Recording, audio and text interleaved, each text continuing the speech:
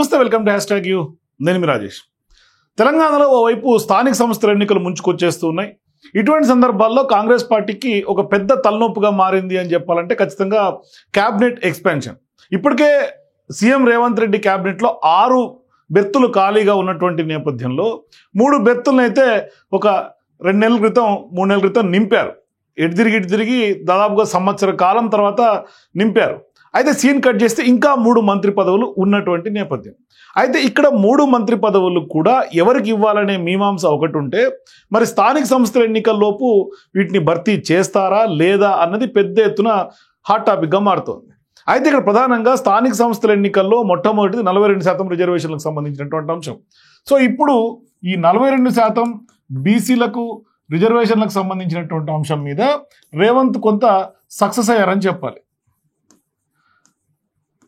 అంటే ప్రధానంగా ఢిల్లీలో ఉద్యమించారు, అట్లాగే గవర్నర్ని కలిశారు, రాష్ట్రపతిని కలిశారు, పెద్ద ఎత్తున క్యాబినెట్ తీర్మానం చేశారు, అసెంబ్లీలో చర్చ జరిపారు, అన్ని పార్టీల మద్దతు వచ్చింది.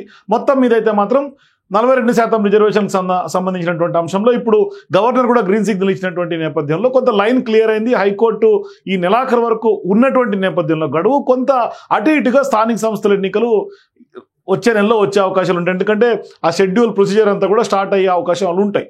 సో ఇట్లా 42% సంబంధించినటువంటి అంశంలో కొంత రేవంత్ క్రెడిట్ ఖచ్చితంగా కాంగ్రెస్ పార్టీకి బీసీల ఓట్ బ్యాంక్ ర్యాలీ అయ్యేలాగా కొంత సక్సెస్ చేశారు.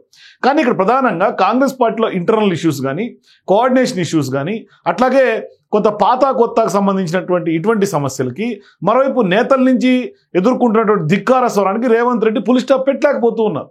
అంటే ప్రధానంగా వాళ్ళకి ఇచ్చినటువంటి హామీలు కాంగ్రెస్ పార్టీ నిలుపుకోకపోవడంతో ఇప్పుడు ఆ నాయకులందరూ కూడా తిరుగుబాటు బావుట ఎగరేస్తున్నటువంటి సందర్భాలు. మొన్నటికి మొన్న కోమటిరెడ్డి రాజగోపాల్ రెడ్డి ఎవరైతే మునుగోడు ఎమ్మెల్యే ఉన్నారో గత కొంతకాలంగా ఆయన కాంగ్రెస్ పార్టీ పైన, మరీ ముఖ్యంగా సీఎం రేవంత్ రెడ్డి పైన విస్తృతమైనటువంటి వ్యాఖ్యలు చేస్తూ ఉన్నారు. అంటే ఒక రకంగా చెప్పాలంటే అన్యాయం జరిగి ఆందోళనలో, ఆవేదనలో మాట్లాడే మాటలుగా మనకు స్పష్టమవుతుంది. మరోవైపు ఖచ్చితంగా ఆయన ప్రజల పక్షాన మాట్లాడుతూ ఉన్నారు. అంటే ప్రజల కోసమే గలమెత్తున్నారు. ఏకంగా ఆయన తన సొంత క్యాంప్ ఆఫీసును కూడా కూలగొట్టి ఇప్పుడు అక్కడ ప్రజల కోసం ప్రభుత్వ పాఠశాలలు నిర్మిస్తున్నారంటే ఆయన నిజంగా ఒక గొప్ప నాయకుడిగా మనం అందరూ అభివర్ణించుకోవాలి. ఖచ్చితంగా తెలంగాణలో ఇటువంటి నాయకులు చాలా తక్కువ మంది ఉంటారు. అందులో కోమటిరెడ్డి రాజగోపాల్ రెడ్డి లాంటి వాళ్ళు ఒకరు. మరోవైపు ఆయన కామారెడ్డి, ఆయన నియోజకవర్గం కాదు, ఆయన సంబంధం లేదు, అయినా కూడా పోయి ఆయన ఇప్పుడు ప్రధానంగా అక్కడ మొన్నటికి మొన్న వచ్చినటువంటి వరదల్లో వాళ్ళకు సంబంధించినటువంటి స్వచ్ఛంద సంస్థ ద్వారా చాలా మందికి ఆదుకున్నటువంటి నేపథ్యం. సో ఇట్లా కోమటిరెడ్డి రాజగోపాల్ రెడ్డికి సంబంధించినటువంటి అంశం. మొన్నటికి మొన్న ఆయన చేసినటువంటి వ్యాఖ్యలు నిజంగా కాంగ్రెస్ పార్టీలో తీవ్ర స్థాయిలో దుమారం రేపుతోంది. అంటే ఆయన చేసినటువంటి వ్యాఖ్యలు ఏంటి? ఏదైతే రీజనల్ రింగ్ రోడ్డు ఉందో దానికి సంబంధించినటువంటి అలైన్మెంట్, వాళ్ళ బాధితులతో భేటీ అవటం, వాళ్ళతో మాట్లాడుతూ కూడా అలైన్మెంట్ మార్చాలంటే ప్రభుత్వమే మారిపోవాలి అంటూ కూడా చేసినటువంటి స్టేట్మెంట్స్ కొంత నిజంగా రాష్ట్ర వ్యాప్తంగా అతిపెద్ద చర్చ జరుగుతుంది. అంటే కోమటిరెడ్డి రాజగోపాల్ రెడ్డి ఆయనకి ఇచ్చినటువంటి మాట ఏంటి? ఎందుకు కాంగ్రెస్ పార్టీ దాన్ని ఫుల్ఫిల్ చేయలేకపోతుంది? ఎక్కడ సమస్య వస్తుంది? అంటే ఒక రకంగా చెప్పాలంటే ఆయనకి హైకమాండే స్వయంగా హామీ ఇచ్చి కాంగ్రెస్ పార్టీలకు తీసుకొని ఎన్నికల ముందు గెలిచిన తర్వాత ఇప్పుడు ఆయనకు హస్తం చూపించినటువంటి పరిస్థితి. అయితే ఇక్కడ ప్రధానంగా ఏమనిపిస్తుందంటే ఇప్పుడు ఆయన సినారియోలో దేవుడు వరం ఇచ్చిన పూజారి కరుణించుడు లేకుంటే వరమీడు అంటారు చూసారా, ఆ విధంగా ఖచ్చితంగా కోమటిరెడ్డి రాజగోపాల్ రెడ్డి విషయంలో అయ్యింది. ఇప్పుడు ప్రధానంగా కోమటిరెడ్డి రాజగోపాల్ రెడ్డి ఇష్యూ అట్లా ఉన్నటువంటి నేపథ్యంలో అంటే ఇప్పటికే క్యాబినెట్ రేస్లో ఒక 6 డజన్ మంది ఉన్నారు ఆస్పిరెంట్స్గా. కానీ ఇక్కడ ప్రధానంగా మొట్టమొదటి వరుసలో, ఎందుకంటే ఈయనతో పాటు ఉన్నటువంటి ఆస్పిరెంట్స్ అందరికీ ఇచ్చి రెడ్డి సామాజిక వర్గం అని, లేదంటే కనుక ఇద్దరు అన్నదమ్ములు ఒకటే కుటుంబం అని, ఇట్లా కొన్ని సాకులు చెప్పి, కుంటి సాకులు చెప్పి క్యాబినెట్ అంటే నోటికాడికి అందినటువంటి బొక్కను నోట్లోకి పోనీయకుండా కోమటిరెడ్డి రాజగోపాల్ రెడ్డి విషయంలో అడ్డుపడుతున్నటువంటి సందర్భం. ఇక సీన్ కట్ చేస్తే ఇప్పుడు దానం నాగేందర్ బయలుదేరాడు. ఆయన ఫిరాయింపు ఎమ్మెల్యేలో ఒకటి, ఆయనకి మొట్టమొదటి వచ్చినటువంటి ఎమ్మెల్యే కూడా ఆయనే. మరి ఇప్పుడు ఆయన హైదరాబాద్లో జిహెచ్ఎంసీ లిమిట్స్లో కాంగ్రెస్ పార్టీ గెలిచినటువంటి ఎమ్మెల్యేలు లేరు. సికింద్రాబాద్ కంటోన్మెంట్ ఉప ఎన్నికల్లో గెలిచినటువంటి స్థానం. సో ఇప్పుడు దానం నాగేంద్ర ఏమంటున్నాడు? నేను ఢిల్లీలోకి వెళ్ళే ఆలోచనలో ఆయన ఉన్నాడు. మరోవైపు ఆయన కూడా జూబ్లీ హిల్స్ ఎలక్షన్స్ రాబోతున్నాయి కాబట్టి మొన్నటికి మొన్న ఒక ప్రపోజల్ పెట్టారు. సికింద్రాబాద్ కంటోన్మెంట్లో ఏదైతే కాంగ్రెస్ గెలిచిందో ఇప్పుడు జూబ్లీ హిల్స్లో కూడా కాంగ్రెస్ గెలవాలి అంటే దానం నాగేందర్ ఖైరతాబాద్లో రాజీనామా చేసి ఆయన జూబ్లీ హిల్స్ అట్లాగే ఖైరతాబాద్ ఆయన ఉప ఎన్నికలకు 2 ఉప ఎన్నికలు ఒకేసారి తీసుకొచ్చి ఆయన ఒక దగ్గర పోటీ చేసి జూబ్లీ హిల్స్ కూడా గెలుపు బాధ్యత నేను తీసుకుంటా అనేది ఆయన చేసినటువంటి మాట. ఒకవైపు జూబ్లీ హిల్స్ ఉప ఎన్నికలు, మరోవైపు స్థానిక సంస్థల ఎన్నికలు. ఇవి రెండు కాంగ్రెస్ పార్టీకి ఒక డూ ఆర్ డై మ్యాచ్ లాంటి ఒక రకంగా పెద్ద తలనొప్పి క్రియేట్ చేస్తూ ఉన్నాయి. అంటే జూబ్లీ హిల్స్లో ఖచ్చితంగా గెలవాలి అధికార పార్టీ, ఒకవైపు బీఆర్ఎస్ కూడా గట్టి క్యాండిడేట్, వాళ్ళ సింపతిని నమ్ముకున్నారు.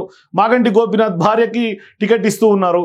సో ఇప్పుడు వాళ్ళ సింపతి ఫ్యాక్టర్ అట్లాగే 3 సార్లు హ్యాట్రిక్ కొట్టి కొంత ప్రజా పరిచయాలు ఉన్నటువంటి నేపథ్యంలో మాగంటి కుటుంబం కొంత ప్రజల్లోకి విస్తృతంగా ఒక పలుకుబడినటువంటి కుటుంబం, ప్రజా సేవ చేసినటువంటి కుటుంబం.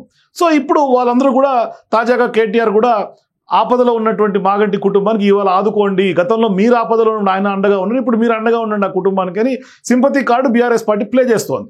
ఇప్పుడు దానం నాగేందర్ ఏంటి, నాకు గనక మంత్రి పదవి ఇస్తే నేను జూబ్లీ హిల్స్ గెలిపిస్తా, సో కాబట్టి నేను ఢిల్లీకి వెళ్ళి హైకమాండ్తో నేను మంత్రి పదవి కోసం ప్రయత్నాలు చేస్తా. ఇప్పుడు ఆయన కూడా ఒక ప్రయత్నం స్టార్ట్ చేశారు.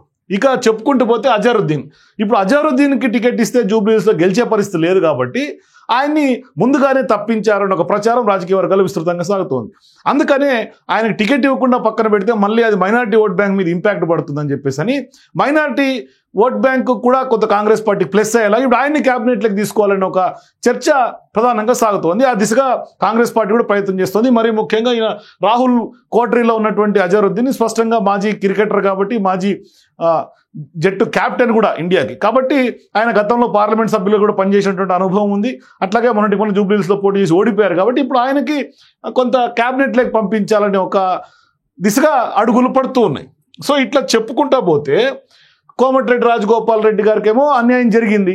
మొన్న మహేష్ కుమార్ గౌడ్ గారు కూడా చిట్చాట్లో మాట్లాడుతూ స్పష్టంగా న్యాయం చేస్తాము, ఈ వివాదం త్వరలోనే సద్దుమణుగుతుంది, మేము ఇప్పటికే కోఆర్డినేట్ చేస్తూ ఉన్నాం, ఆయన నిజంగా అన్యాయం జరిగింది, ఇంకా 3 బెర్తులు ఉన్నాయి, ఆయన కూడా మళ్ళీ అడ్మిట్ అయ్యారు.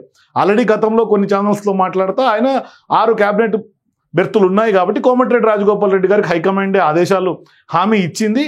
కొంత మధ్యలో కొంత పార్టీ పరంగా కొన్ని ఇబ్బందుల కారణంగా అది ఫుల్ఫిల్ కాలేదు, మళ్ళీ ఖచ్చితంగా చేసే అవకాశాలు ఉంటాయని చెప్పారు.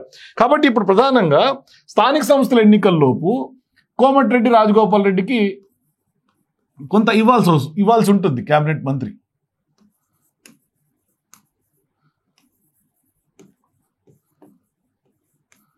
కోమటిరెడ్డి రాజగోపాల్ రెడ్డితో పాటుగా ఇప్పుడు అజారుద్దీన్, ఈయన minority at the same time Jubilee hills ఉప ఎన్నికలు, ఇక్కడ కూడా కాంగ్రెస్ పార్టీ గెలిచి తీరాలి. అంటే కేవలం కాంగ్రెస్ పార్టీ జూబ్లీ హిల్స్ స్థానిక సంస్థల ఎన్నికల నేపథ్యంలో ఖచ్చితంగా ఇవ్వాల్సినటువంటి పరిస్థితి. మొన్న ఆయన కూడా నేను చాలా ఓపికగా ఉంటాను కోమటిరెడ్డి రాజగోపాల్ రెడ్డి చెప్పారు. పదవులు అనేది తృణప్రాయం, నేను రాజీనామాకైనా సిద్ధం అని చెప్తూనే ఆయన వరుసగా పదే వ్యాఖ్యలు చేస్తూనే ఇప్పుడు ఆయన నేను ఓపికగా ఉంటా అని చెప్పాడు. కాబట్టి ఓపికగా ఉన్నారు కాబట్టి ఖచ్చితంగా వాటిని కూడా కొంత క్యాలిక్యులేట్ చేసుకుని వాటిని కూడా కొంత పరిగణలో తీసుకొని కొంత ఇవ్వాల్సినటువంటి అవసరం ఉంది. కేవలం 3 క్యాబినెట్ బెర్తులు, 3 ఎంతమంది నియమితులు. ఇప్పుడు దానం నాగేందర్ బయలుదేరారు. దానం నాగేందర్ కూడా జూబ్లీ హిల్స్కి సంబంధించినటువంటి వ్యవహారం, ఆయన కూడా ఖచ్చితంగా ఇస్తే నేను గెలిపిస్తా అంటున్నారు. ఇక మల్రెడ్డి రంగారెడ్డి, ఆయన గత కొంతకాలంగా ఉమ్మడి రంగారెడ్డిలో ఎవరు ప్రాతినిధ్యం లేరు కాబట్టి ఇవ్వాలంటున్నారు. ఇక ప్రధానంగా గతం నుంచి ఉన్నటువంటి వ్యక్తులు సుదర్శన్ రెడ్డి, అట్లాగే ఆయన మాజీ ఎమ్మెల్సీ ఇప్పుడు ప్రజెంట్ ఎమ్మెల్యే మంచిర్యాల ప్రేమ్ సాగర్ రావు, ఆయనకు కూడా ఇవ్వలే ఇప్పటిదాకా. ఆయన కూడా గతంలో అలిగుండే ఆయన గత కొంతకాలంగా సైలెంట్ అయిపోయారు కూడా. కాంగ్రెస్ పార్టీలో క్యాబినెట్లోకి రాలేదు, సీనియర్ కాబట్టి ఆయన సైలెంట్ అయిపోయాడు కూడా. అసలు ఆయన ఎక్కడ కూడా ఈ మధ్యకాలంలో ఎక్కడ కనిపించినటువంటి పరిస్థితి, ఎక్కడ కూడా ఆయన లైమ్ లైట్లో లేరు ప్రస్తుతానికి. ఆయన కొంత అలక బూన్నట్టే ఉన్న, అలక వీడినప్పటికి కూడా అలకలాగే కనిపిస్తోంది కొంతమందికి. రాజకీయ వర్గాల్లో చర్చ అదే దిశగా సాగుతోంది. ఇక ప్రేమ్ సాగర్ తర్వాత మదన్ మోహన్ రావు, వీళ్ళందరూ కూడా ఆస్పిరెంట్సే. మదన్ మోహన్ రావు తర్వాత సుదర్శన్ రెడ్డి,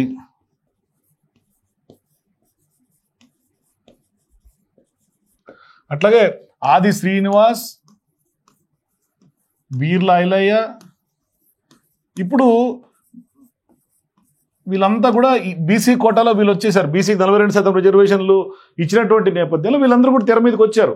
ఇప్పుడు ఖచ్చితంగా బీసీలకు ప్రియారిటీ ఇవ్వాలి కాబట్టి మాకు కూడా క్యాబినెట్ పదవి ఇవ్వాలి అనే ఒక ఈక్వేషన్తో తెర మీదకి వచ్చారు. సో ఇప్పుడు మొన్నటిదాకానేమో 6 క్యాబినెట్ బెర్తులు ఉన్నప్పుడేమో నింపనటువంటి పరిస్థితి, కేవలం 3కు మాత్రమే ఇచ్చారు. ఇప్పుడు మరి 3 క్యాబినెట్లు స్థానిక సంస్థల ఎన్నికల్లోపు మరి భర్తీ చేస్తుందా కాంగ్రెస్ పార్టీ? ఎందుకంటే చాలా అతి పెద్ద సవాల్ ఎదుర్కొంటోంది. ఒక రకంగా చెప్పాలంటే ధిక్కార స్వరం, తిరుగుబాటు ఇట్లా చాలా వరకు ఉన్నాయి పరిస్థితులు. ఏకంగా కోమటిరెడ్డి రాజగోపాల్ రెడ్డి లాంటి వాళ్ళైతే ప్రభుత్వమే మారిపోవాలి, అలైన్మెంట్ మారిపోవాలంటే ఈ వ్యాఖ్య చాలా సీరియస్ అయిపోతుంది. ఇప్పుడు దాన్ని ఆయన కొంత పాజిటివ్గా చేసినటువంటి వ్యాఖ్యను కూడా చిలువలు పలవలు చేసి కొంత సోకాల్డ్ వ్యతిరేక వర్గము అట్లాగే కొంత వ్యతిరేక మీడియా ఇప్పుడు ఆయన ఇప్పటికే ఎమ్మెల్యేలతో భేటీ అయిపోయారని, రేవంత్ రెడ్డి ప్రభుత్వానికి గోతులు తీస్తున్నారని ఇట్లా డిఫరెంట్గా స్పెక్యులేషన్స్ స్ప్రెడ్ చేస్తున్నారు. ఆయన పార్టీలో ఉంటారా ఉండరా ఇట్లా డిఫరెంట్గా స్ప్రెడ్ చేశారు. ఇదంతా సెకండరీ, అసలు అవన్నీ అయ్యే అవకాశాలు లేవు, అవవు కూడా.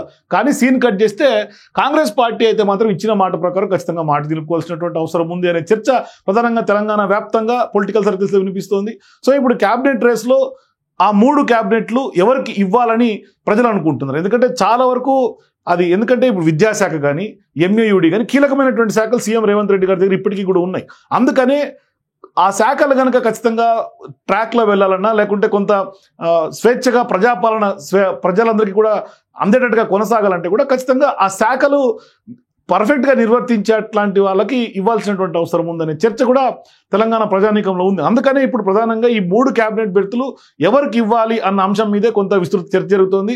మరి నిజంగా కాంగ్రెస్ పార్టీ స్థానిక సంస్థల ఎన్నికల లోపు కనుక ఈ క్యాబినెట్లు నింపితే ఖచ్చితంగా బీసీ 42% రిజర్వేషన్లతో పాటుగా ఇది కూడా కొంత యాడ్ అన్ అడ్వాంటేజ్, కొంత రెట్టింపు ఉత్సాహంతో కాంగ్రెస్ పార్టీ కోసం పనిచేసే అవకాశాలు ఉంటాయి. లేదు అంటే ఖచ్చితంగా ఆయన కానీ ఆ రేస్లో ఉన్నటువంటి వాళ్ళు కానీ కొంతమంది వాళ్ళ వర్గీయులు కానీ కొంత అలకబూనే అవకాశాలు స్పష్టంగా ఉన్నాయి. మరి స్థానిక సంస్థల ఎన్నికల్లో దీన్ని పాజిటివ్గా మలుచుకుంటారా సీఎం రేవంత్ రెడ్డి గారైనా కాంగ్రెస్ పార్టీ అధిష్టానమైనా, లేదు ఇట్లనే మొండి వైఖరిగా పోయి ఇంకేమన్నా చిక్కులు తెచ్చుకునే అవకాశాలు ఉంటాయి. మొత్తానికైతే మాత్రం కాంగ్రెస్ పార్టీకి క్యాబినెట్ రేస్ అయితే కొంత గండంగా మారే అవకాశాలు స్పష్టంగా కనిపిస్తున్నాయి. మీరు కూడా ఎవరెవరికి 3 ఉన్నటువంటి బెర్తుల్లో ఎవరెవరికి దక్కే అవకాశాలు ఉన్నాయి, ఎవరెవరికి ఇవ్వాలి కూడా మీ అభిప్రాయాల కింద నా కామెంట్స్ తెలియజేయండి. For more videos please watch #.